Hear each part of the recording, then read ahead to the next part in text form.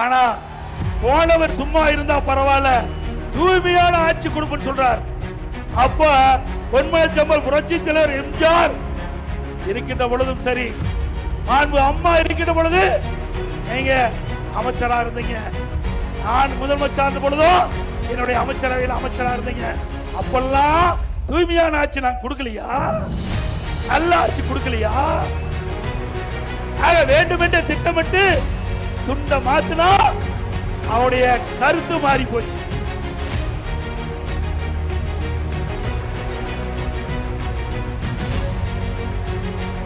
என்னைக்கு நல்லது செஞ்சா நல்லது நடக்கும், கெட்டது செஞ்சா ஆக இந்த இயக்கத்திற்கு யார் துரோகம் செய்கிறார்களோ அவரெல்லாம் ஆண்டவன் பார்த்துக் கொள்வான். யார் பார்த்துக் கொள்வார்? நம்மை பொறுத்தளவு திறந்த மனம். அனைத்து இந்திய அண்ணா திராவிட முன்னேற்ற கழகத்தை பொறுத்த வரைக்கும் உங்களில் ஒருவனாக இங்கே இருந்து பேசிக் கொண்டிருக்கின்றேன். நான் இன்றைக்கும் தொண்டன். இங்கே இருக்கின்ற ஆயிரக்கணக்கான பேர்ல நானும் ஒருவன். இவரை போல சுயநலவாதி நான் அல்ல. இயக்கத்திற்கு எவ்வளவு சோதனை, எந்த இயக்கத்திற்கும் இல்லாத சோதனை.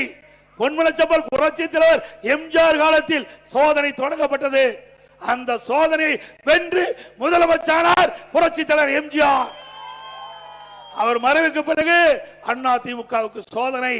மாண்பு அம்மாவில் அந்த சோதனை வென்று தமிழகத்தினுடைய முதலமைச்சராக வந்தார்.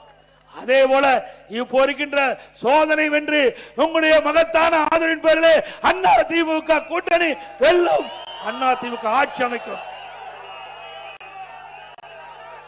அனைத்து இந்திய அண்ணா திராவிட முன்னேற்ற கழகம் 2026 சட்டமன்ற தேர்தலிலே பெரும்பான்மையான இடங்களிலே வெற்றி பெற்று ஆட்சி அமைத்தல் முதல் கோபிச்செட்டிப்பாளையத்திலே வந்து வெற்றி விழா கொண்டாடுவோம்.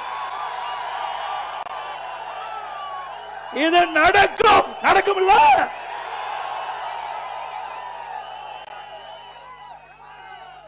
இப்போ மாற்று கட்சிக்கு போயிருக்கிறார், எங்கிருந்தாலும் வாழ்க. ஆனா போனவர் சும்மா இருந்தா பரவாயில்ல, தூய்மையான ஆட்சி கொடுப்பேன்னு சொல்றார்.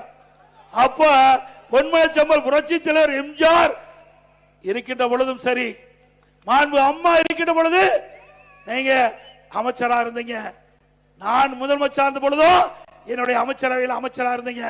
அப்பெல்லாம் தூய்மையான ஆட்சி நான் கொடுக்கலையா? நல்ல ஆட்சி கொடுக்கலையா?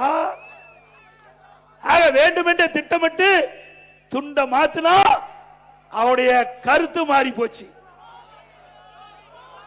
ஆக நீங்க எந்த கொம்பனாலும் அண்ணா திமுகவை வீழ்த்த முடியாது. இந்த எடப்பாடி பழனிசாமி ஒருவர் இல்ல, 2 கோடி அண்ணா திமுக தொண்டர் இருக்கிறார். இந்த எடப்பாடி பழனிசாமி இல்ல, இங்க இருக்கிற யாரோ பொதுச் செயலாளர் வருவாங்க. அண்ணா திமுக ஜனநாயகம் உள்ள கட்சி. இது ஒருவரை நம்பி இருப்ப கட்சி இல்ல, பல்லாயிரக்கணக்கான தொண்டரை நம்பி இருக்கின்ற கட்சி. செய்திகளை உடனுக்குடன் தெரிந்து கொள்ள கீழ்கண்ட கேபிள் மற்றும் டிடிஎச் நெட்வொர்க்குகளில் எம்நாடு செய்தி தொலைக்காட்சியை காணுங்கள். பாதகம் செய்பவரை கண்டால் நாம் பயம் கொள்ளலாகாது பாப்பா. மோதி மிதித்து விடு பாப்பா, அவர் முகத்தில் உமிழ்ந்து விடு பாப்பா. அண்மை செய்திகளை உடனுக்குடன் தெரிந்து கொள்ள இணைந்திருங்கள் எம்நாடு தொலைக்காட்சியுடன்.